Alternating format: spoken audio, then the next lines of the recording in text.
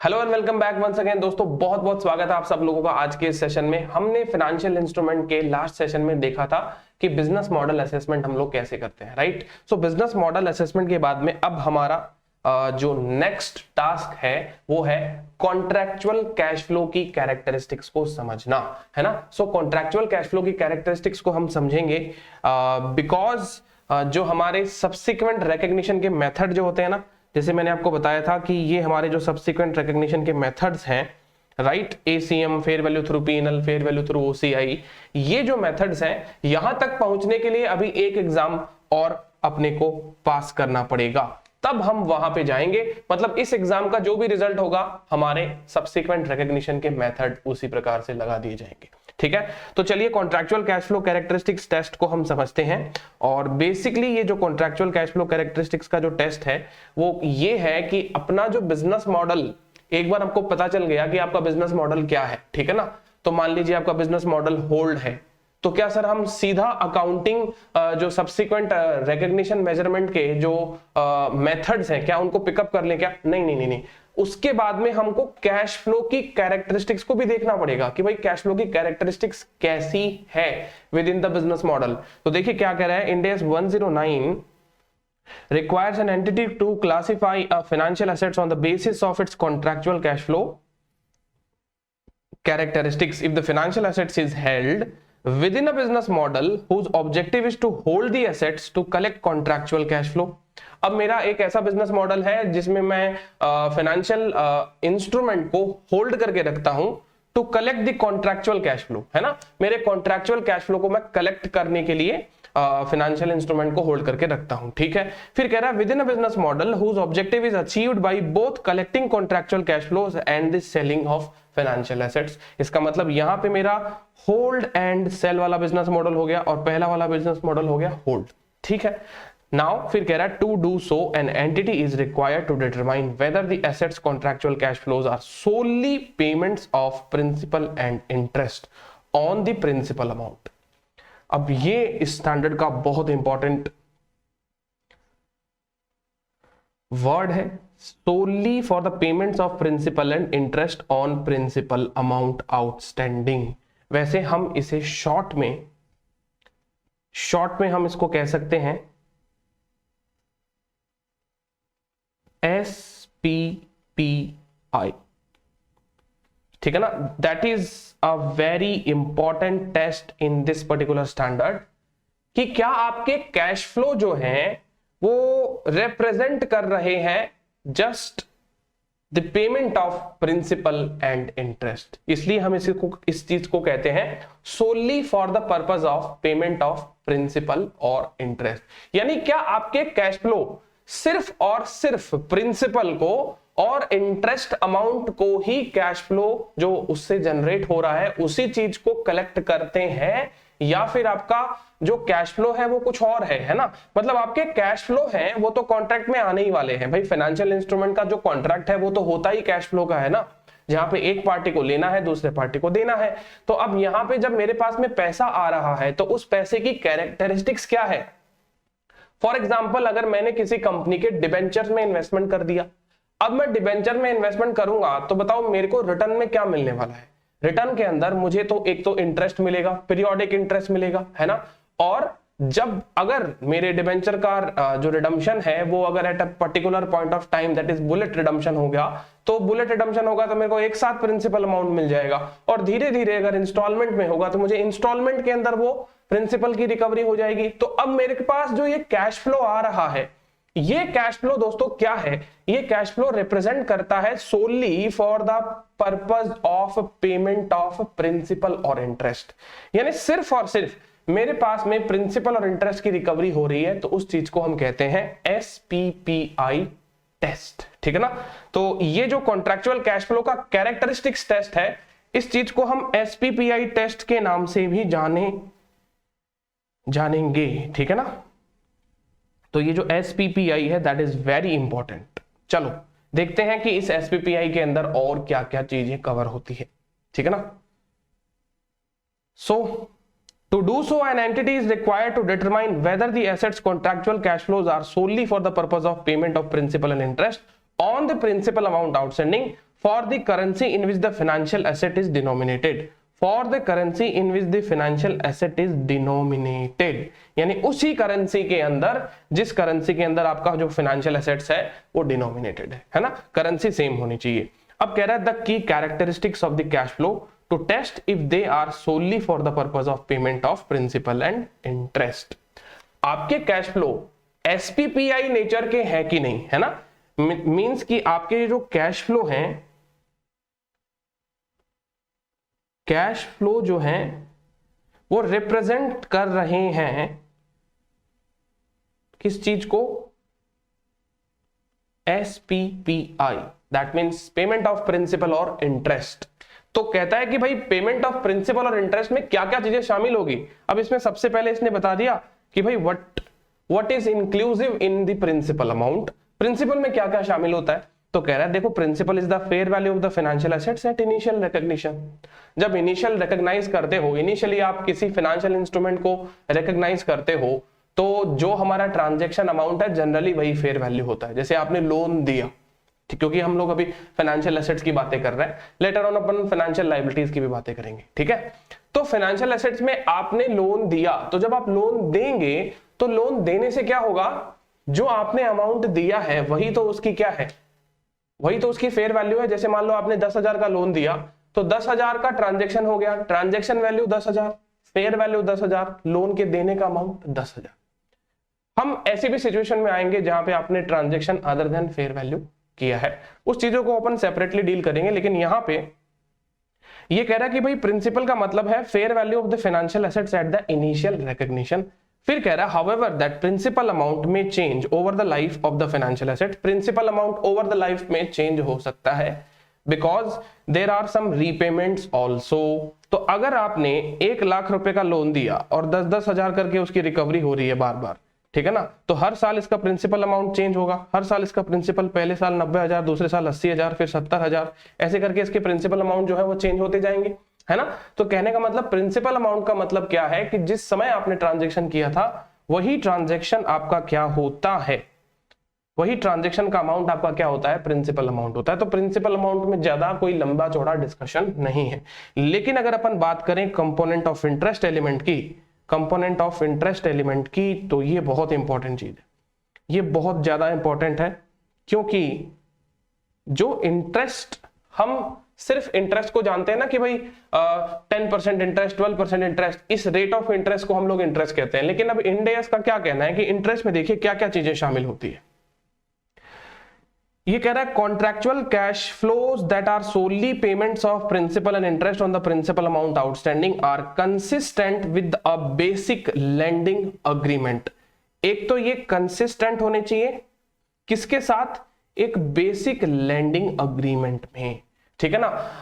कि ये जो इंटरेस्ट का जो पेमेंट आ रहा है ये किसी basic lending agreement, basic lending agreement का मतलब जो नॉर्मल साधारण तरह अपन किसी भी पार्टी से लोन लेते हैं या देते हैं, तो जो एक लेंडिंग अग्रीमेंट में हम लोग इंटरेस्ट जो चार्ज करते हैं वो इंटरेस्ट बेसिकली होता क्या है, राइट। तो वो इंटरेस्ट देखिए क्या क्या चीजें इस इंटरेस्ट में शामिल हो सकती है।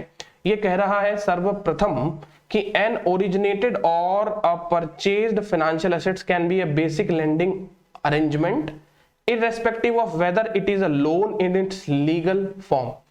अब यहां पर दो बात आपको बताई गई है, एक तो ये है वर्ड ओरिजिनेटेड,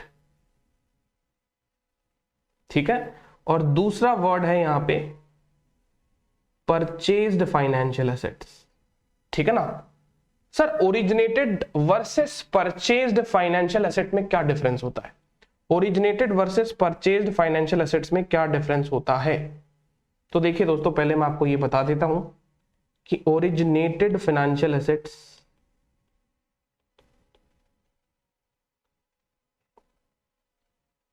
और परचेज्ड फाइनेंशियल एसेट्स, ठीक है ना। ओरिजिनेटेड का मतलब सपोज कीजिए कि अगर आपकी कंपनी है, राइट, तो मान लीजिए आपकी कंपनी ने लोन जो है वो दिया है, आपकी कंपनी ने ये लोन दिया है, समझ रहे हो, आपकी कंपनी ने ये जो लोन है वो सैंक्शन किया है, ठीक है ना। तो इस चीज को कहते हैं अपन ओरिजिनेशन ऑफ फाइनेंशियल एसेट्स, क्योंकि आपकी कंपनी ने ये लोन दिया है ना। अब आपकी कंपनी का नाम है मान लीजिए मैसर्स ABC, वेयर एज दूसरी कंपनी का एग्जांपल मैं यहां पे लेता हूं जो कि है मान लो मैसर्स DEF, है ना। तो ये जो दूसरी कंपनी है मैसर्स DEF, इस कंपनी ने ये आपका जो लोन है ये लोन परचेज कर लिया, ये वाला लोन जो है आपसे परचेज कर लिया, यानी जो लोन आपने एडवांस में दिया था ये वाला लोन इस कंपनी ने परचेज कर लिया। तो अभी पता है जो रीपेमेंट किया जाएगा, इस लोन का जो रीपेमेंट होगा, अब वो मैसर्स DEF के पास में आने लग जाएगा। भाई पहले वो किसके पास में आ रहा था, पहले वो किसके पास में आ रहा था, वो आ रहा था मैसर्स ABC कंपनी के पास में, पहले वो आ रहा था मैसर्स ABC कंपनी के पास में, क्योंकि ABC कंपनी ने ये लोन जो है दिया था। अब ये लोन ABC कंपनी किसी थर्ड पार्टी को बेच देता है, तो ऐसे फाइनेंशियल एसेट्स को हम क्या कहते हैं, परचेज्ड फाइनेंशियल एसेट्स। आगे बात समझ में, ठीक है ना। ये आपके ओरिजिनेटेड फाइनेंशियल एसेट्स हो गए, वो आपके परचेज्ड फाइनेंशियल एसेट्स हो गए। तो ये होता है डिफरेंस दोनों के बीच में कि what is originated financial assets और what is purchased financial assets. अब यहां पर ये कह रहा है कि भले ही चाहे आपके ओरिजिनेटेड हो या आपके परचेज फाइनेंशियल एसेट्स हो, can be a basic lending arrangement irrespective of whether it is a loan in its legal form. ये दोनों ही आपके बेसिक लैंडिंग अरेंजमेंट का पार्ट हो सकते हैं, भले ही चाहे ये एक लोन हो इन इट्स लीगल फॉर्म। अब भाई आपने ये लोन आपने दिया है या परचेज करके आपके पास में ये आया है, दैट मीन्स ओरिजिनेटेड है या ये परचेज फाइनेंशियल एसेट्स है, इस बात से कोई अंतर नहीं होता, है ना। ये एक बेसिक लैंडिंग अरेंजमेंट का ही उदाहरण माना जाएगा। अब कहता है कि अगर एक बेसिक लैंडिंग अरेंजमेंट होता है ना हमारे पास, तो उसका जो कंसिडरेशन है वो होता है for the time value of money and the credit risk. भाई अपन किसी को भी पैसा उधार देते हैं, है ना, तो हमारा उसमें क्या कंसिडरेशन होता है, एक तो time value of money, time value of money, और एक होता है क्रेडिट रिस्क। इन दोनों चीज को कंपनसेट कराने के लिए हम चार्ज करते हैं इंटरेस्ट। इन दोनों चीज को हम लोग कंपनसेट कराने के लिए इंटरेस्ट चार्ज करते हैं, यानी हमारा जो इंटरेस्ट का जो चार्जेबिलिटी रहता है लोन के अंदर, वो लोन के ऊपर जो इंटरेस्ट हम चार्ज करते हैं because of this particular thing कि मनी में जो क्रेडिट रिस्क है और मनी की जो टाइम वैल्यू है, क्योंकि हम अगर आपको लोन दे रहे हैं तो आप हमको 3 साल बाद 5 साल बाद में जब वापस लौटाओगे as per the tenure agreed between us, right. तो उस कंडीशन के अंदर ये जो मैं इंटरेस्ट चार्ज करता हूं वो रिप्रेजेंट करता है टाइम वैल्यू ऑफ मनी को और क्रेडिट रिस्क को, ठीक है। तो इंटरेस्ट आपका टाइम वैल्यू ऑफ मनी और क्रेडिट रिस्क को रिप्रेजेंट करता है, पहली बात तो ये हो गई। अच्छा, फिर दूसरी बात है इसके अंदर, however in such an arrangement interest can also include, अब इंटरेस्ट में क्या क्या चीजें शामिल और हो सकती है, ये कह रहा है consideration for other basic lending risk, for example liquidity risk. अगर कोई लिक्विडिटी रिस्क है तो उस रिस्क के रिगार्डिंग मैं आपसे और कंसिडरेशन चार्ज करूंगा, दैट मींस मेरा रेट ऑफ इंटरेस्ट हाई हो जाएगा। अगर आपकी लिक्विडिटी रिस्क ज्यादा है, अगर आपकी क्रेडिट रिस्क ज्यादा है, देखिए लिक्विडिटी रिस्क और क्रेडिट रिस्क होता क्या है, क्रेडिट रिस्क का मतलब बैड डेट्स वाली रिस्क, ठीक है ना। जैसे मान लो मैं किसी भी कंपनी को लोन दे रहा हूं, तो उस कंडीशन के अंदर क्रेडिट रिस्क है और जो बैड डेट रिस्क है उस चीज को हम लोग ध्यान में रखेंगे, उसकी लिक्विडिटी रिस्क को हम लोग ध्यान में रखेंगे। तो ऐसी कंडीशन में क्या होता है कि जब भी हम किसी कंपनी को लोन देते हैं, है ना, किसी भी क्लाइंट को, किसी भी एंटरप्राइज को लोन देते हैं, तो हम उसके ये सारे के सारे फैक्टर्स को ध्यान में रखते हैं। तो कौन कौन से फैक्टर हो गए, टाइम वैल्यू हो गया, है ना, क्रेडिट रिस्क हो गया, लिक्विडिटी रिस्क हो गया। अब इसके अलावा मैं आपको बताता हूं कि जैसे ये और भी बहुत सारे पॉइंट है, जैसे यहाँ पे देखिए, यहाँ पे दे रखा है कि कुछ कॉस्ट है ना। तो जैसे अपन ने लोन दिया तो अब लोन को एडमिनिस्ट्रेट करने की कुछ कॉस्ट लगती है, लोन को ऑपरेट करने की कुछ कॉस्ट लगती है, लोन को सर्विस करने की कुछ कॉस्ट लगती है। जैसे कि हम लोन देते हैं किसी क्लाइंट को, बड़े क्लाइंट को मान लो लोन दिया है ना, तो जैसे मान लो किसी बैंक ने किसी क्लाइंट को लोन दिया है, तो अब बैंक क्या करता है, बार बार उस क्लाइंट को संभालते रहता है कि भाई उसके प्रोजेक्ट में क्या चल रहा है, वो कितना पैसा कमा रहा है, उसके रिजल्ट्स क्या हो रहे हैं, उसके कैश फ्लो पे के ऊपर क्या इंपैक्ट है ना। तो क्लाइंट को बार बार संभालते रहना, उसकी साइट विजिट करना, तो there are lots of administrative costs are involved है ना। तो जब मैं इंटरेस्ट रेट डिजाइन करूंगा, जब मैं इंटरेस्ट रेट जो है वो डिजाइन करूंगा, तो ये जो कॉस्ट है, इन कॉस्ट को भी तो मैं ध्यान में रखूंगा ना, है ना। ये जो आपकी एडमिनिस्ट्रेटिव कॉस्ट है, इनको भी मैं ध्यान में रखूंगा। फिर प्रॉफिट मार्जिन, अरे भाई केवल मैं लोन इसलिए दे रहा हूं क्या कि मैं सिर्फ मेरे टाइम वैल्यू ऑफ मनी को कॉम्पनसेट कर सकूं, लोन देने के पीछे मेरा प्रॉफिट भी तो होना चाहिए ना, है ना। तो जैसे बैंक है, अब बैंक लोन दे रहा है, तो लोन सिर्फ वो इसलिए दे रहा है क्या कि केवल आपको उसकी मदद करनी है, हाँ, तो ऐसा नहीं है। बैंक लोन दे रहा है तो बैंक लोन देने के ऊपर प्रॉफिट कमाएगा, क्योंकि उसका तो वही ऑपरेटिंग बिजनेस है। अब वैसे ही मान लो कोई भी जो एंटरप्राइज है जो लोन सैंक्शन कर रहा है, लोन एडवांस दे रहा है, तो ऐसे लोग इन सारे फैक्टर्स को ध्यान में रखते हैं ताकि उनकी इंटरेस्ट रेट अकॉर्डिंगली डिजाइन करी जाए। तो ये इंड एस का क्या कहना है कि ये जितनी भी चीजें हैं, है ना, these all things are representation of the interest, है ना। ये सारी की सारी चीजें जो है वो आपके इंटरेस्ट का ही रिप्रेजेंटेशन है। अब जहां पे यहाँ पे एक बहुत ही इंपॉर्टेंट पॉइंट आता है, ये बहुत इंपॉर्टेंट पॉइंट है, ये कह रहा है in extreme economic circumstances interest can be negative. अब ये कह रहा है यहाँ पे कि आपका जो इंटरेस्ट है वो नेगेटिव भी हो सकता है, ठीक है ना। अब ये बहुत ही कुछ कम परिस्थितियां ऐसी होती हैं जहां पे इंटरेस्ट आपका नेगेटिव हो जाए। अब इंटरेस्ट नेगेटिव कैसे, मान लो जो आपके पास में, जैसे पहले इसका अपन एग्जांपल रीड कर लेते हैं। ये देखो ये क्या कह रहा है कि if for example the holder of the financial assets either explicitly और implicitly pays for the deposits of its money for a particular period of time and that fee exceeds the consideration that the holder receives for the time value of money, credit risk and other basic lending risks and cost। तो यहां पे आपने अगर कोई deposit कराया है, let's say कि आप है मिस्टर होल्डर और आपने मिस्टर रिसीवर के यहां पे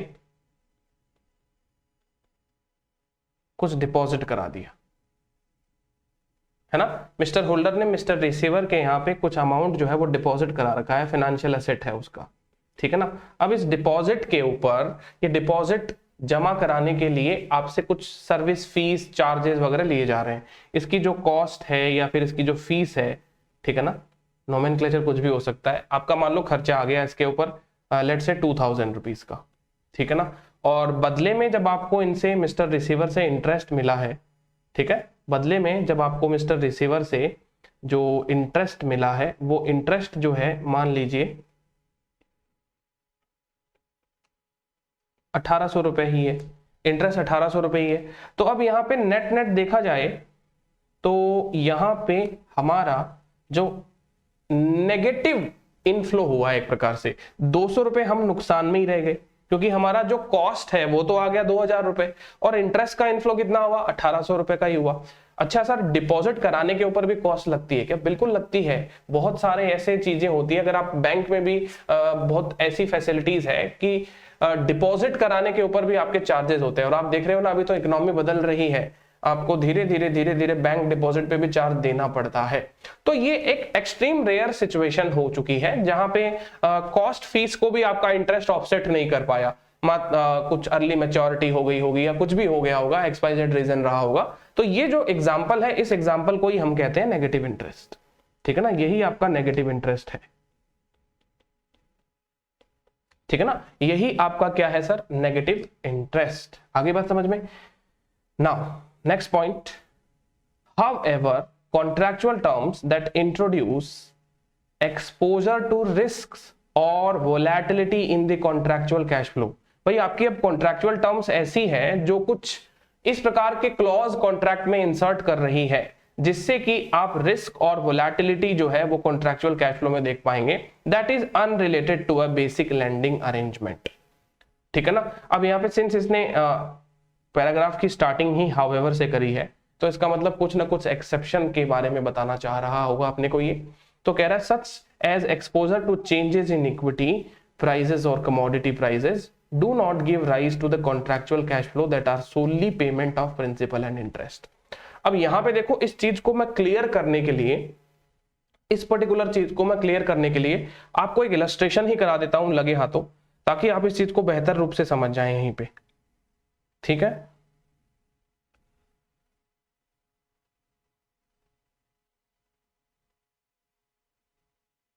ये देखिए इलस्ट्रेशन नंबर 7 देखिएगा आप सब लोग। इलस्ट्रेशन नंबर 7 ये कहता है, देखो instrument A is a bond with a stated maturity date, उसका एक फिक्स मैच्योरिटी डेट है। Payment of principal and interest on the principal amount outstanding are linked to an inflation index. अब यहां पे कॉन्ट्रैक्चुअल कैश फ्लो के बारे में अगर मैं पूछूं आपसे कि कॉन्ट्रैक्चुअल कैश फ्लो क्या है, तो आप यही कहोगे सर ये आपके पेमेंट ऑफ प्रिंसिपल और इंटरेस्ट ही हैं, solely for the purpose of payment of interest ही हैं। लेकिन आपने क्या किया पता है, ये जो पेमेंट ऑफ प्रिंसिपल और इंटरेस्ट है ना, इसे लिंक कर दिया, इसे आपने लिंक कर दिया किसके साथ में, इन्फ्लेशन इंडेक्स के साथ में लिंक कर दिया। किसके साथ में लिंक कर दिया है, इन्फ्लेशन इंडेक्स। अब देखो सर, सबको महंगाई की तो चिंता होती है ना, महंगाई अगर बढ़ेगी तो हमारा इंटरेस्ट रेट जो है वो अकॉर्डिंगली चेंज हो जाना चाहिए। तो बेसिकली ये कह रहा है कि हमारा जो प्रिंसिपल और इंटरेस्ट का जो हमको रीपेमेंट मिलने वाला है वो एक इन्फ्लेशन इंडेक्स के साथ में लिंक किया गया है। यदि इन्फ्लेशन इंडेक्स अगर बढ़ गया तो हमारा फिर प्रिंसिपल और इंटरेस्ट का रीपेमेंट जो है इन्फ्लेशन एडजस्ट होकर हमको वापस मिलेगा। ठीक है, यहां तक कोई दिक्कत वाली बात नहीं है, बिकॉज यहां पे आपका अल्टीमेट जो ऑब्जेक्टिव है कॉन्ट्रैक्चुअल कैश फ्लो को कलेक्ट करना है, प्रिंसिपल और इंटरेस्ट एलिमेंट को ही कलेक्ट करना है। इन्फ्लेशन जो है वो आपकी टाइम वैल्यू ऑफ मनी को अगेन कॉम्पनसेट ही कर रहा है, तो यहां तक कोई दिक्कत वाली बात नहीं है। लेकिन अगर मैं ये कहूं कि अगर आपने इसे लिंक कर दिया, मान लीजिए इक्विटी इंडेक्स के साथ में, ठीक है ना, इसे आपने कहां लिंक कर दिया, मान लीजिए आपने इसे लिंक कर दिया है इक्विटी इंडेक्स के साथ। भाई स्टॉक मार्केट में जो आपका मूवमेंट होगा उसके साथ में आपने इसको लिंक कर दिया, तो बताइए क्या ये solely for the purpose of payment of principal और इंटरेस्ट होगा या ये कुछ अलग हो जाएगा। तो ऐसी कंडीशन में ये स्टैंडर्ड यही कह रहा है कि अगर आप ऐसा काम कर रहे हो ना, तो आपका तो दिमाग स्पेक्युलेटिव है।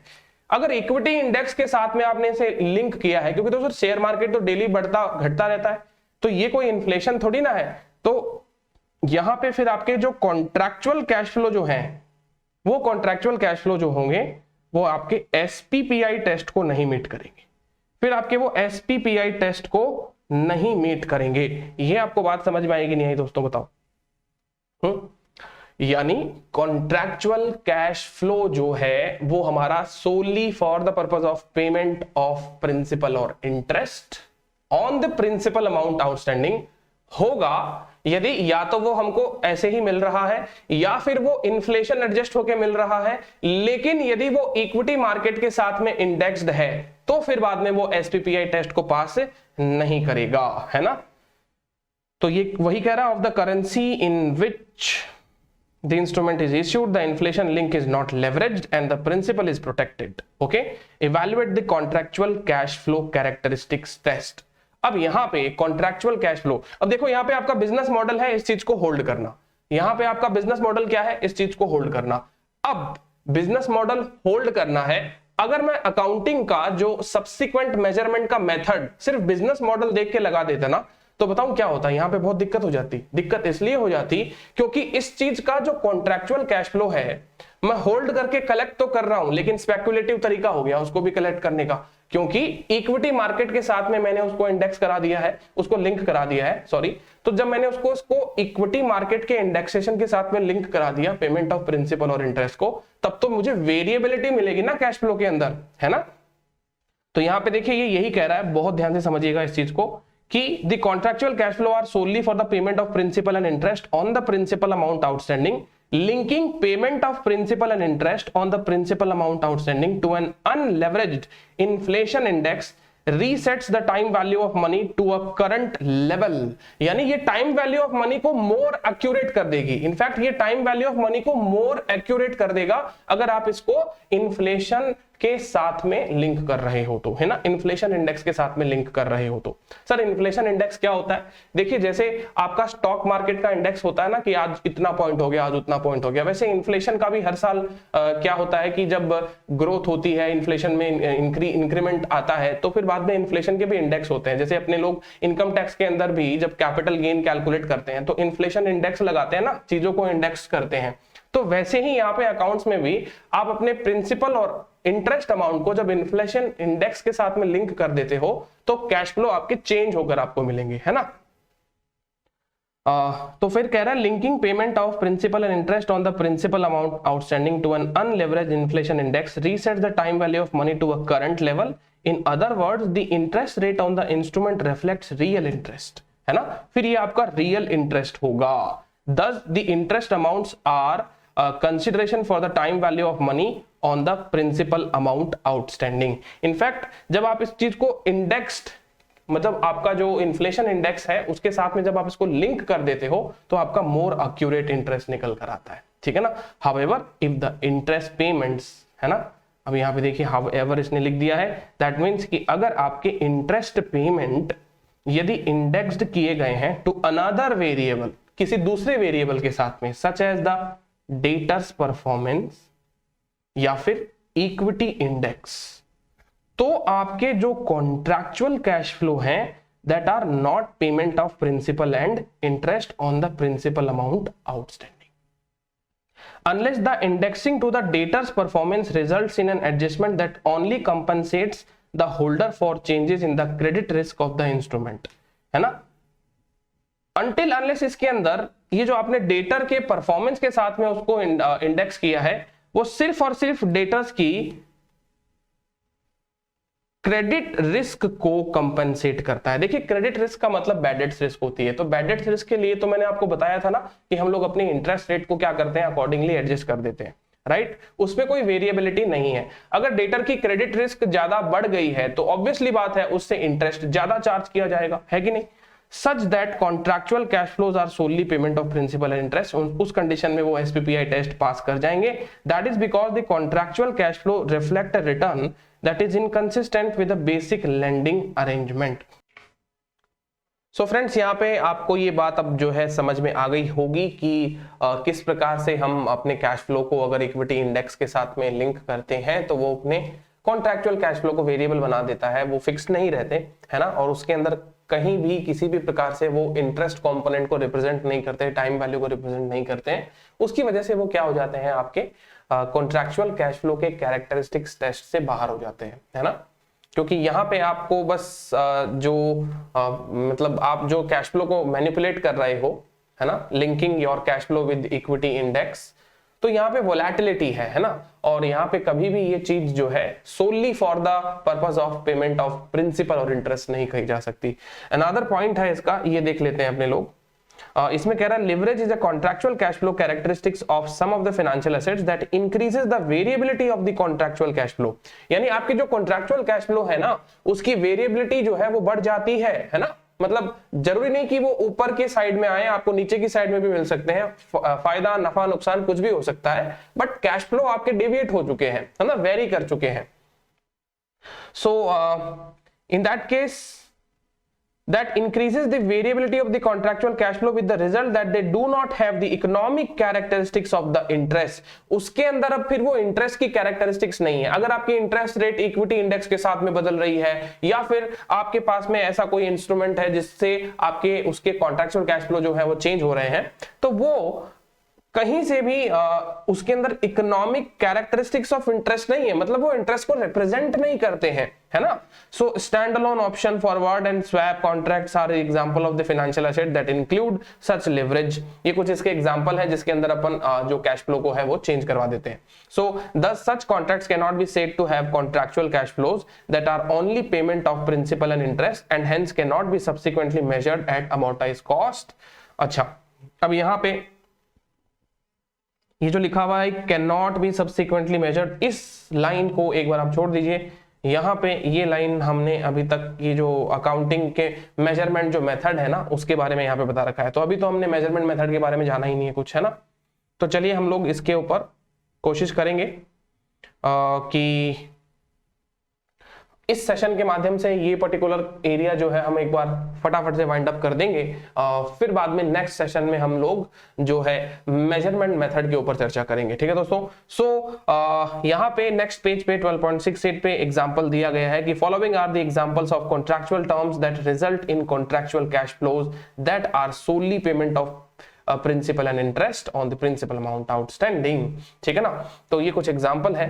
यहाँ पे पहला एग्जांपल मैं आपको बता देता हूं यहाँ पे कि जरूरी नहीं सर कि हमारा फिक्स्ड रेट वाला लोन ही हो, फिक्स्ड रेट वाले एडवांसेस ही हो, है ना। तो यहाँ पे ये बिल्कुल भी जरूरी नहीं है। It is not at all necessary कि आपका जो लोन है, it is not at all necessary that financial asset carries fixed rate of interest, fixed rate of interest। तो सर अभी तो हमारी जब इंटरेस्ट रेट बदली है उसमें तो आपने कह दिया कि भाई वो तो चीज SPPI नहीं है, solely for the purpose of payment of principal और इंटरेस्ट नहीं है on the principal amount outstanding। तो फिर बाद में आप यहां पे कह रहे हो कि जरूरी नहीं कि सर हमारा यहां पे फिक्स्ड रेट ऑफ इंटरेस्ट ही हो, वेरिएबल रेट ऑफ इंटरेस्ट भी हो सकता है। तो जैसे कि अभी अपन ने एग्जांपल किया, वहां पे अगर हमारे प्रिंसिपल और इंटरेस्ट को हमने इन्फ्लेशन इंडेक्स के साथ में एडजस्ट करा दिया तो हमारा वेरिएशन तो आ ही गया ना कैश फ्लो के अंदर। तो जहां पे इंटरेस्ट रेट बदल रही है और वो interest rate time value of money को रिप्रेजेंट कर रही है, किसको बेटर रिप्रेजेंटेशन कर रही है वो टाइम वैल्यू ऑफ मनी का। तो फिर बाद में यहां पर इस स्टैंडर्ड ने 109 जो है आपका स्टैंडर्ड, इसने आपको कहीं पे भी मना नहीं किया है कि भाई फिक्स्ड रेट ऑफ इंटरेस्ट वाली सिक्योरिटीज ही आपकी SPPI टेस्ट पास करेगी, वेरिएबल रेट ऑफ इंटरेस्ट वाली सिक्योरिटीज या फाइनेंशियल इंस्ट्रूमेंट आपके SPPI टेस्ट पास नहीं करेंगे, ऐसा बिल्कुल भी नहीं कहा गया। तो यही पॉइंट नंबर A के एग्जाम्पल में बताया गया है, ठीक है ना। यही एक्सप्लेनेशन इस पॉइंट नंबर A के एग्जाम्पल में बताई गई है। फिर बाद में आपको बताता हूं जो पॉइंट नंबर B है, इस पॉइंट नंबर बी में एक बात बताई गई है कि कुछ ऑप्शंस होते हैं, है ना, फाइनेंशियल इंस्ट्रूमेंट होल्डर्स और इश्यूअर के पास में कुछ ऑप्शंस होते हैं, उसको कहते हैं अपन प्री पेमेंट के ऑप्शंस, है ना, प्री पेमेंट के ऑप्शन या अर्ली रीपेमेंट का ऑप्शन, अर्ली रीपेमेंट का ऑप्शन कह दीजिए आप इसको, या प्री पेमेंट का ऑप्शन कह दीजिए, ठीक है ना।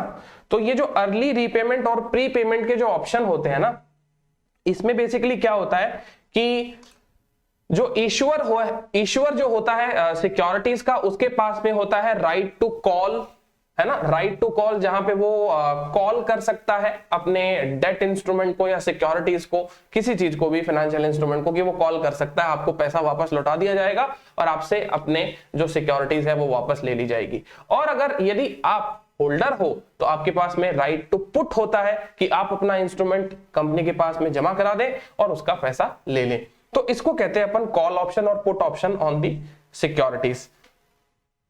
तो अगर ऐसा कुछ रहता है तो इस पर्टिकुलर केस के अंदर क्या हमारा जो बिजनेस मॉडल में जो SPPI टेस्ट हम लोग कर रहे हैं क्या वो मीट होगा क्या? तो ये देखिए यहां पे हम लोग पढ़ लेते हैं, ये कह रहा है देखिए कि contractual term that permits the issuer that is debtor to prepay a debt instrument or permits the holder that is creditor to put a debt instrument back to the issuer before maturity, and the prepayment amount substantially represents unpaid amount of principal and interest on the principal amount outstanding, right? तो जो prepayment amount आप कर रहे हैं, यहां पे आप जो प्रीपेमेंट कर रहे हैं, ये प्रीपेमेंट का जो अमाउंट है substantially represents unpaid amounts of principal and interest on the principal amount outstanding।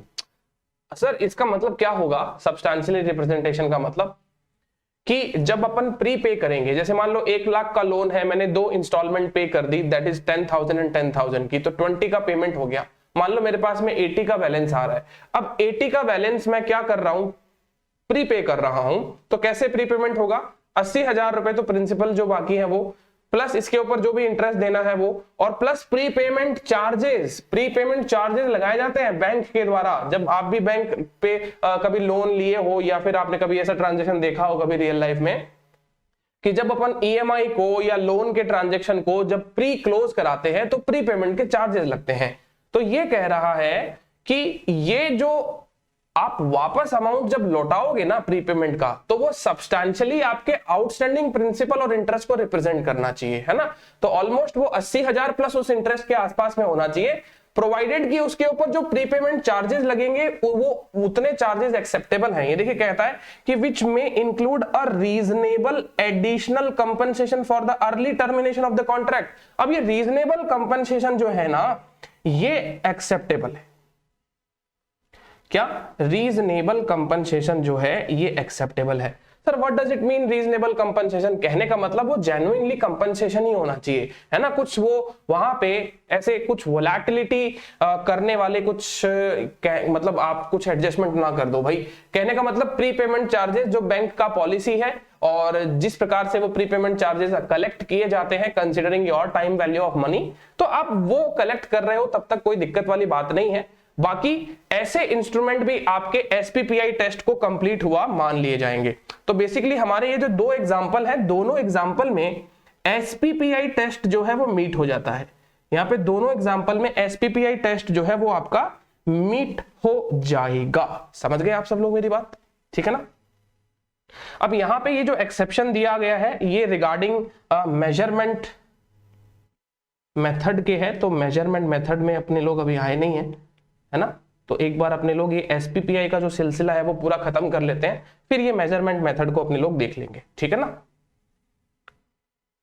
अच्छा, सी वाला भी एक एग्जांपल है। सी वाले एग्जांपल में यहां पे एक्सटेंशन मिल जाएगा आपको। जैसे एक ऑप्शन था कि प्री पे कर दीजिए, अब दूसरा वाला ऑप्शन आ रहा है कि आप यहां पे एक्सटेंड कर दीजिए, है ना। जैसे कि मान लो आपने 10 साल का लोन लिया, बाद में 10 साल बाद में आप उस लोन को एक्सटेंड करवा रहे हो, तो एक्सटेंड करवाने के ऊपर आपके जो क्या कॉन्सिक्वेंसेज हैं, फाइनेंशियल क्या कॉन्सिक्वेंसेज आने वाले हैं। जैसे कि देखिए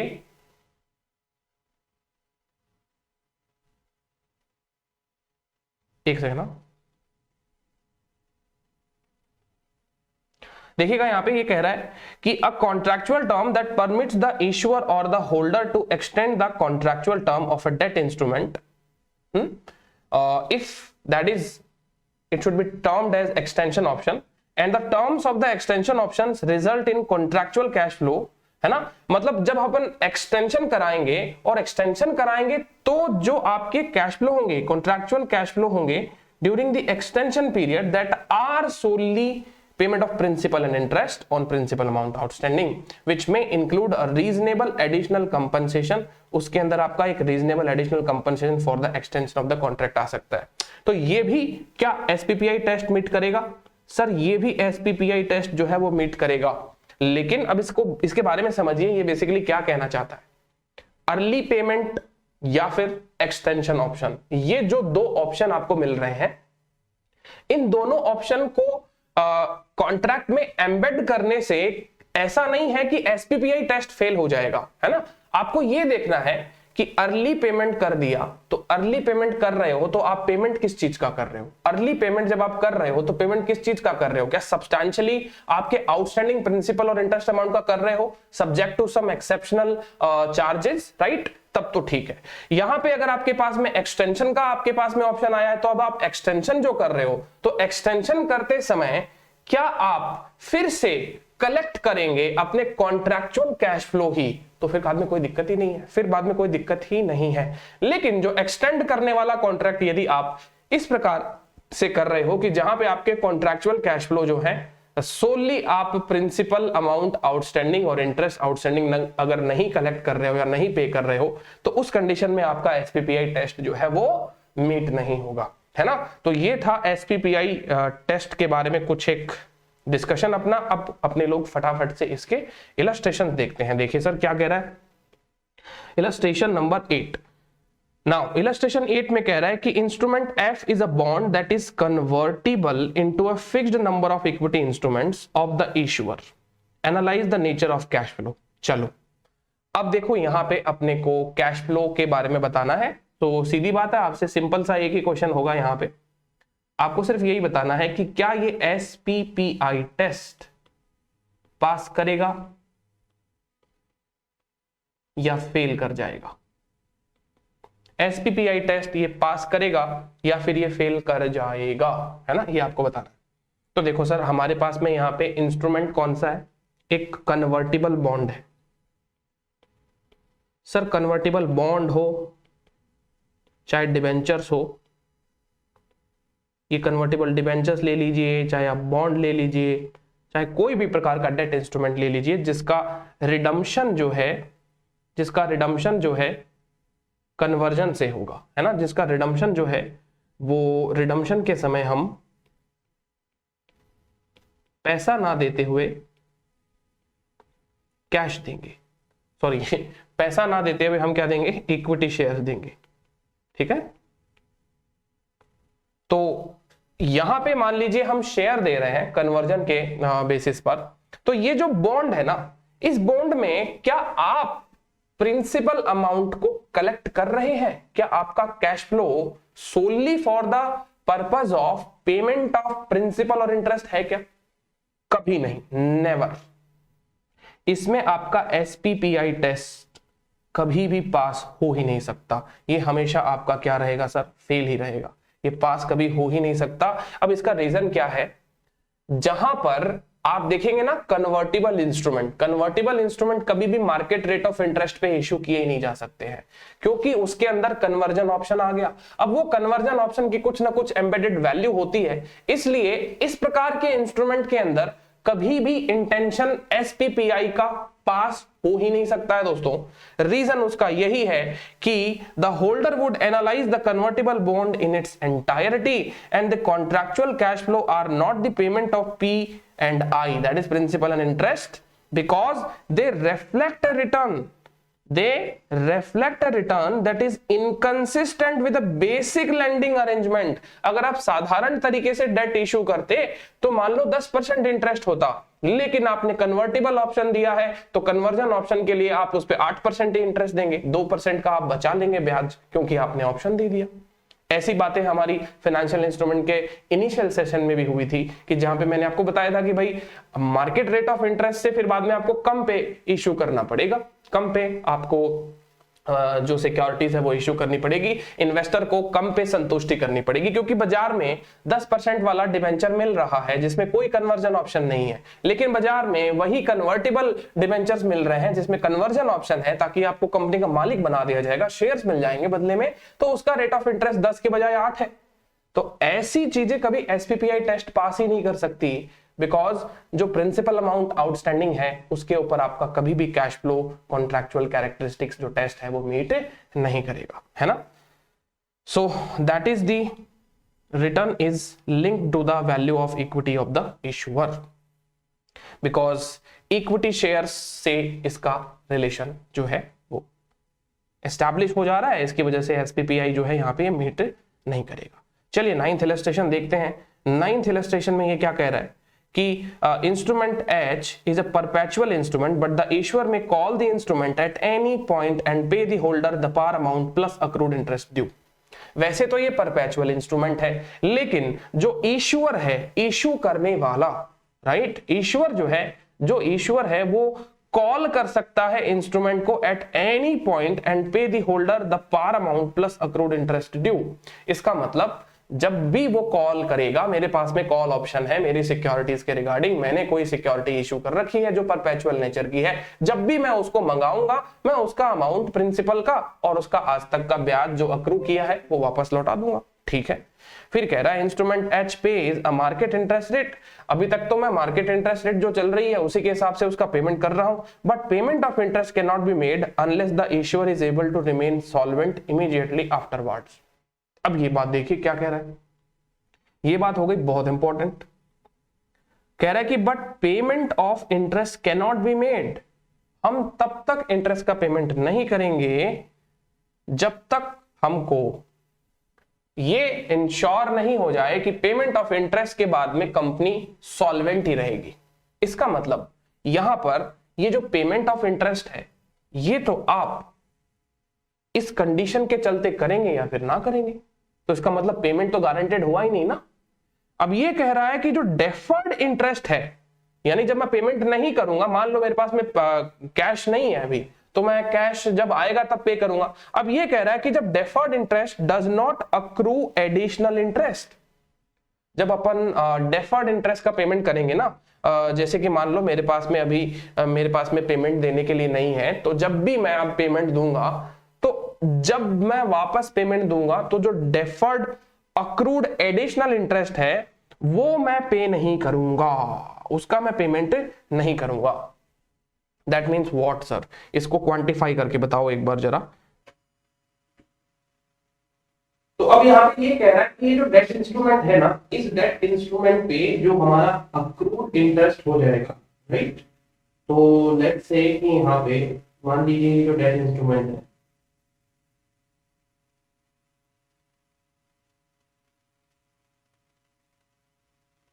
ठीक है ना, इसकी वैल्यू है 1 लाख, और इस 1 लाख की वैल्यू पे मान लो 10% इंटरेस्ट जो है वो अक्रूड चल रहा है, ठीक है ना। अब तक का जो इंटरेस्ट है वो अक्रूड चल रहा है, तो 10,000 इसका अक्रूड इंटरेस्ट हो गया, ठीक है ना। तो अब मुझे t equals to 0 point of time पे 10,000 रुपए देने हैं, लेकिन मैं ये 10,000 रुपए नहीं दे सकता अभी। मुझे ये 10,000 रुपए देने तो हैं, लेकिन मैं ये 10,000 रुपए अभी नहीं दे पाऊंगा, ठीक है ना। ये 10,000 रुपीज मैं नहीं दे पाऊंगा। और लेट सपोज ये मैं कब दे पाऊंगा, जब मेरे पास में इनफ कैश होगा और मैं ये पेमेंट करने के बाद में मेरा कंपनी जो है वो सॉल्वेंट रहेगा। तो अब यहाँ पे आप बोलोगे सर 10,000 रुपए, तो इसको 10,000 रुपीज इन करोड़ लैक्स करके समझ लो, ताकि आपको इस चीज का एकदम जो एसेंस है वो समझ में आने लगे, ठीक है ना। तो अब मान लो मेरे पास में इतना अमाउंट नहीं है डेट का इंटरेस्ट सर्विस करने के लिए कि मैं अगर उसका इंटरेस्ट सर्विस कर दूं तो मेरा खुद का दिवालिया निकल जाएगा, ऐसी सिचुएशन आ चुकी है। तो ऐसी कंडीशन में आप मान लो इसका पेमेंट कर रहे हो लेट्स से टी के 4th पॉइंट ऑफ टाइम पे, है ना। मान लीजिए आप इसका पेमेंट कर रहे हो टी के 4th पॉइंट ऑफ टाइम पे, राइट। अब ये 4 महीने बाद भी हो सकता है और 4 साल के बाद में हो सकता है, लेकिन 4 साल वाला एक रीजनेबल एग्जांपल नहीं बनता है। तो लेट अस सपोज करो कि आज ही 10,000 रुपए आपने पे नहीं किए, तो मान लो ये आप पे कर रहे हो 4 महीने बाद, ठीक है ना। ये आप पे कर रहे हो 4 महीने बाद में, यहाँ पे 10,000 रुपए आपका ये पेमेंट हुआ, ठीक है। अब देखिएगा यहाँ पे जब ये 10,000 रुपीज आप पे कर रहे हो, तो अगर आपका एसपीपीआई इंस्ट्रूमेंट होता है ना, जिसमें कॉन्ट्रैक्चुअल कैश फ्लो की जो कैरेक्टरिस्टिक्स होती है एसपीपीआई नेचर की, वो तो यही कहती है कि 10,000 नाउ प्लस आप अक्रूड इंटरेस्ट ऑन 10,000 वो भी पे करो, क्योंकि इसमें आपने पेमेंट में देरी कर दी, 4 महीने की देरी कर दी लेट से, तो ये 4 महीने की देरी का आपको इंटरेस्ट देना चाहिए कि नहीं देना चाहिए, है ना। तो प्लस अक्रूड इंटरेस्ट ऑन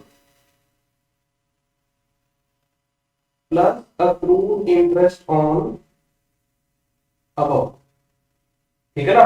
तो जब आप ये अमाउंट जोड़कर देंगे, है ना, लेट्स से कि आप ये अक्रूड इसका इंटरेस्ट बनता है 10% फॉर 4 मंथ, तो ये कितना हो जाएगा, मान लो 10,000 का 10% और 4 मंथ, तो ये हो गया आपका 333, है ना। तो यदि आप 4 महीने बाद में 10,333 रुपए का पेमेंट करते हैं, 10,333 रुपीज का पेमेंट करते हैं, तब तो ये मान लिया जाएगा कि ये इंस्ट्रूमेंट एसपीपीआई टेस्ट मीट कर रहा है।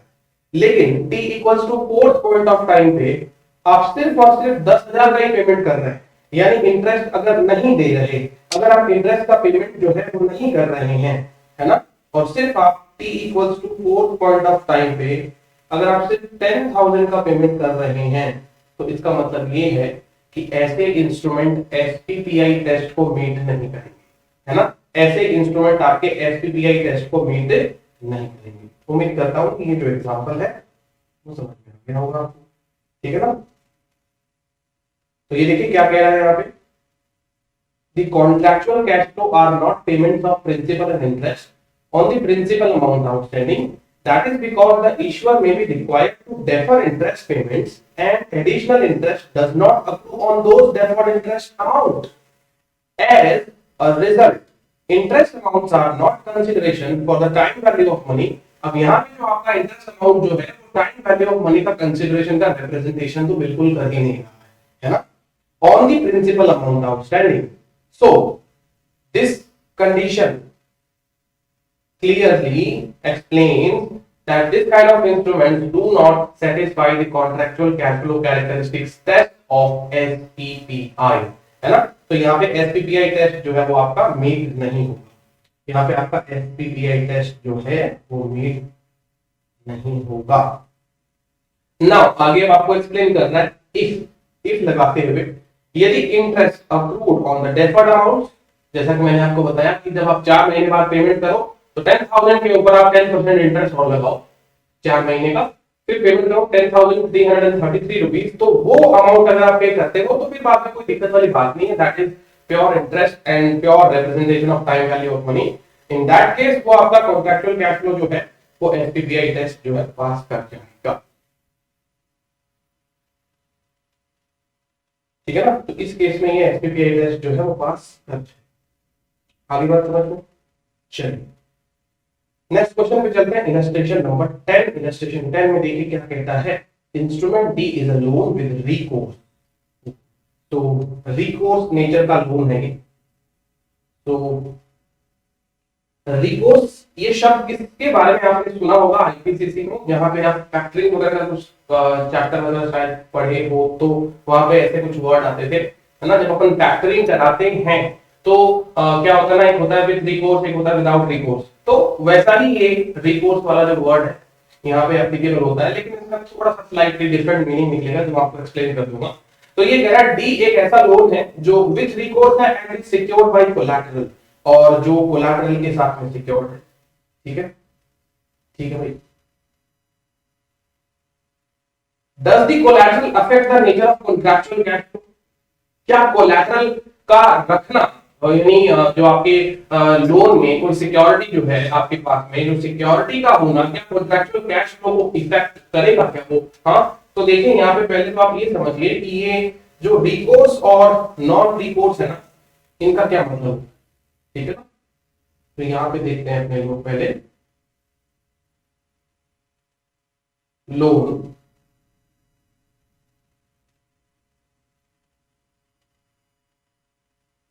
एक हो गया आपका विथ रिकोर्स,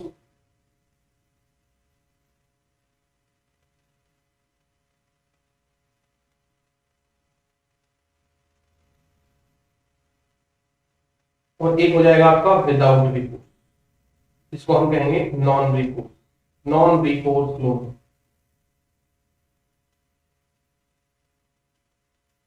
ठीक है। अब ये जो रिकोर्स और नॉन रिकोर्स लोन का क्या मतलब है, आपको एग्जांपल के साथ में समझा देता हूं यहाँ पे। जैसे सपोज करो लोन का जो अमाउंट है, मान लीजिए यहाँ पे आपका लोन का अमाउंट है 10,000, ठीक है, और इसके ऊपर कोलैटरल रखा हुआ है, सिक्योरिटी है हमारे पास में, है ना। कोलैटरल का मतलब यहाँ पे हो गया हमारे पास में सिक्योरिटी अवेलेबल है, लेट्स से 8,000 का सिक्योरिटी अवेलेबल, ठीक है। तो इस लोन में जो अनकवर्ड अमाउंट है, अनसिक्योर्ड जो अमाउंट जो है वो आपको पता लग रहा होगा कि 2,000 रुपए। अब ये 2,000 रुपए, अब मान लो ये लोन जो आपने 10,000 रुपीज का दिया है क्लाइंट को, मान लो उसकी रिकवरी नहीं हो पा रही, वो देने से मना कर दे या वो देने की पोजीशन में नहीं है, जो भी है, अब आपको एक्शन लेना है। तो आप एक्शन क्या लेंगे?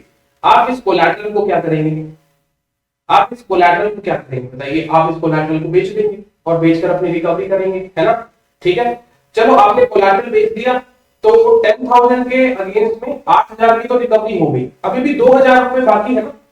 तो जब विथ रिकोर्स वाले जो लोन होते हैं ना, विथ रिकोर्स वाले लोन में ये 2,000 रुपए भी आप उसी क्लाइंट से उसके और फर्दर एडिशनल एसेट्स, भले चाहे उसके बिजनेस में हो चाहे उसके पास में पर्सनल हो, तो आप उसके और एडिशनल एसेट से इन 2,000 रुपए की रिकवरी कर सकते हो, है ना। इन 2,000 रुपए की आप रिकवरी कर सकते हो ठीक है ना। अगर ये लोन विद रिकोर्स नेचर का हुआ तो अब ऐसे कंडीशन में आप दोनों के बीच में कॉन्ट्रैक्ट उस प्रकार का होना चाहिए, आपके कॉन्ट्रैक्ट में क्लॉज ऐसे होने चाहिए कि लोन इस प्रकार के नेचर का है। तो ये 2000 जो है ये रिकवरेबल है, ये 2000 जो है ये आपके रिकवरेबल है फ्रॉम अदर एसेट्स, ठीक है ना। Personal assets also, personal assets can B also involve. यहां पे आपके पर्सनल एसेट्स भी हैं, इन्वॉल्व हो सकते हैं, ठीक है, आगे बात समझ में। लेकिन अगर नॉन रिकोर्स अपना लोन होगा, नॉन रिकोर्स नेचर का अगर अपना लोन होगा ना, तो जैसे आपने लोन दिया 10,000 रुपए का, कोलैटरल उसके ऊपर वही 8,000 रुपए का है, तो यहाँ पे अब ये जो 2,000 रुपए बचते हैं, यहाँ पे अब ये जो 2,000 रुपए बचते हैं ना, अब इस 2,000 रुपीज की रिकवरी जो है ना, तो ये 2,000 रुपए की रिकवरी नहीं होगी, इस 2,000 रुपीज की रिकवरी नहीं हो पाएगी। अगर मान लीजिए लोन का पेमेंट नहीं हो रहा, तो 10,000 का लोन है, कोलैटरल इसके ऊपर 8,000 है, तो आप 8,000 की सिक्योरिटी को बेच के मान लो आपने 8,000 रुपए लेके आ गए, और अब आपके पास में 2,000 रुपए और बच रहे हैं रिकवर करने के लिए। अब ये 2,000 मैं पर्सनल एसेट से नहीं रिकवर कर पाऊंगा, उसके अनादर एसेट से नहीं रिकवर कर पाऊंगा। इसी चीज को हम नॉन रिकोर्स लोन कहते हैं फाइनेंशियल इंस्ट्रूमेंट के वर्ड में, ठीक है ना। तो ये हो जाएगा आपका नॉट रिकवरेबल, नॉट रिकवरेबल, ठीक है ना। अब यहाँ पे आपको एक बहुत ही इंटरेस्टिंग चीज मैं आपको बताता हूं, ठीक है।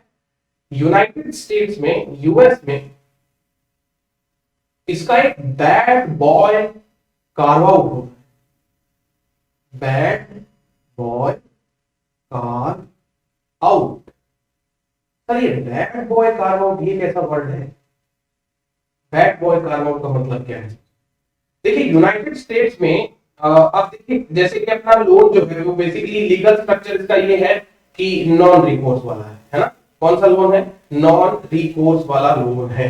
तो अगर ये नॉन रिकोर्स वाला लोन है तो इसका मतलब यहाँ पे 2,000 रुपए हमारे तो डूब गए, ये तो पैसे मिलने वाले नहीं है। तो वहां पे यूएस में एक लॉ होता है जहां पे जो लोगों ने जीएफआरएस सिलेक्ट किया है उनको यूएस गैप भी पढ़ना है अपने सिलेबस के अंदर। तो आपके लिए छोटी सी एक बात आपके साथ में शेयर कर रहा हूं। एक बैड बॉय क्लॉज होता है। बैड बॉय क्लॉज में क्या होता है कि हम लोग नॉन रिकोर्स जो लीगल प्रोसीडिंग होती है ना, जिसके ऊपर भी आपने लोन दिया है, जिसको भी आपने लोन दिया है, तो नॉन रिकोर्स से वो ऑटोमेटिकली रिकोर्स में कन्वर्ट हो जाता है अगर आपका कोई मैलाफाइड इंटेंशन रहा है तो, है ना। कोई मैलाफाइड इंटेंशन, आपने फ्रॉडुलेंट एक्टिविटी करी है अपने जिसने आपको लोन प्रोवाइड किया है उनके साथ में, तो अगर ये फ्रॉड कुछ हो जाता है ना, तो फ्रॉड की कंडीशन में बैड बॉय का कार्व आउट लिया गया है, ठीक है ना। जैसे अपने लोग आईएफआरएस और इंडियस पे कार्व आउट लेते हैं, वैसे ही एक बैड बॉय कार्व आउट होता है। ये क्या करता है? आपके नॉन रिकोर्स नेचर के लोन को रिकोर्स नेचर का लोन में कन्वर्ट कर देता है यदि आपने कोई फ्रॉडुलेंट एक्टिविटी करी है तो, है ना। तो bad boy carve out in case of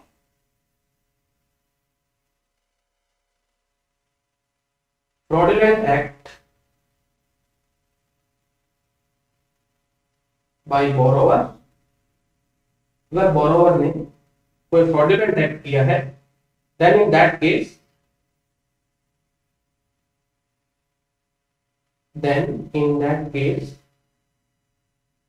non-recourse loan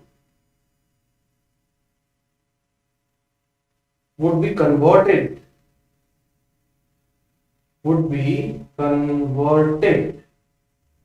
in recourse, है ना। तो ये होता है बैड बॉय का कार्व आउट। इसका नाम कुछ ऐसा ही है, अटपटा बैड बॉय कार्व आउट, है ना। तो अगर आपने कोई यहां पर फ्रॉड किया है तो उस प्रकार का जो non recoverable, non recourse loan है वो आपका विद रिकोर्स में कन्वर्ट हो जाता है। तो बेसिकली हर जगह के अलग अलग नियम कानून होते हैं। तो ये आपके साथ में मैंने कुछ छोटा सा एग्जाम्पल रखा आपके साथ में, उम्मीद करता हूँ कि आपको बढ़िया लगा होगा। और यहाँ पे ये देखिए इलस्ट्रेशन 10 में ये कह रहा है कि इंस्ट्रूमेंट डी जो विथ रिकोर्स है, और बेसिकली यहाँ पे इसके क्वेश्चन का जो जो डिमांडिंग एरिया है, रिक्वायरमेंट वाला एरिया है, वो इन सब चीजों के बारे में बता नहीं रहा है, लेकिन इन सब का मीनिंग अपने को आना चाहिए, being international financial reporting students. क्योंकि ये सारे के सारे फाइनेंशियल इंस्ट्रूमेंट जो है सर हर कंट्री में देखने को नहीं मिलते, लेकिन स्टैंडर्ड तो हमें पूरा ही पढ़ना पड़ रहा है, ठीक है। तो देखिए सर, कोलैटरल सिक्योरिटी रखने से एसपीपीआई टेस्ट मीट होगा या नहीं होगा, चाहे वो रिकोर्स लोन हो चाहे नॉन रिकोर्स लोन हो। जैसे अपन ने देखा, अगर मैं आपसे ये पूछूं कि दोनों प्रकार के कैटेगरी में क्या एसपीपीआई टेस्ट जो है वो आपका मीट होता है या नहीं, एसपीपीआई मीट होगा या नहीं। सर देखिए, कोलैटरल सिक्योरिटी होने या ना होने से एसपीपीआई पे कोई फर्क नहीं पड़ता है। कोलैटरल सिक्योरिटी तो क्या है कि जब डिफॉल्ट का केस आता है तब अपन उसको मटेरियलाइज करते हैं, तो एसपीपीआई टेस्ट तो पास हो जाएगा, चाहे वो विथ रिकोर्स हो चाहे वो नॉन रिकोर्स वाला लोन हो।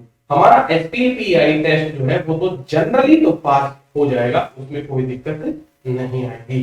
तो ये देखिए कहता है the fact that a loan is collateralized since with recourse does not in itself affect the analysis of whether the contractual cash flow are solely payments of principal and interest on the principal amount outstanding.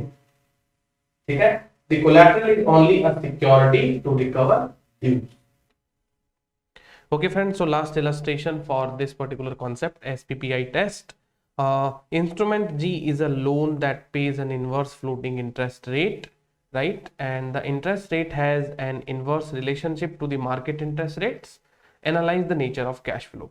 Basically आपके पास में एक ऐसा instrument है जो market का जो floating interest rate है उससे उसका रिलेशन जो है वो इनवर्स है। फ्लोटिंग इंटरेस्ट रेट है, इससे हमें कोई दिक्कत नहीं है, लेकिन वो इनवर्स है ना, ये दिक्कत वाली बात हो गई। देखिए, मार्केट का जो रेट ऑफ इंटरेस्ट है उससे अगर आपका रेट ऑफ इंटरेस्ट ज्यादा या कम होता है ना, तो कहीं ना कहीं आप एसपीपीआई से छेड़छाड़ी कर रहे हो, तो आपका वहां पे एसपीपीआई जो है वो मीट नहीं होता है। तो यहाँ पे इस इनवर्स फ्लोटिंग रेट से ही पता चल जाता है अपने को कि यहाँ पर ये पर्टिकुलर चीज जो है वो आपका एसपीपीआई टेस्ट जो है वो मीट नहीं करेगा। तो ये देखिए क्या कह रहा है, here interest on the instrument has an inverse relationship to the market rate of interest, hence it is unlike a basic lending arrangement which normally comprise of interest payable on any funds lent as a consideration for the time value of money, credit risk and profit margin normally existing in the such arrangements. So this arrangement with an inverse floating interest rate provides the lender with a return which may be higher or lower to the market rate of interest and hence is not necessarily a consideration for the time value of money on the principal amount outstanding, right?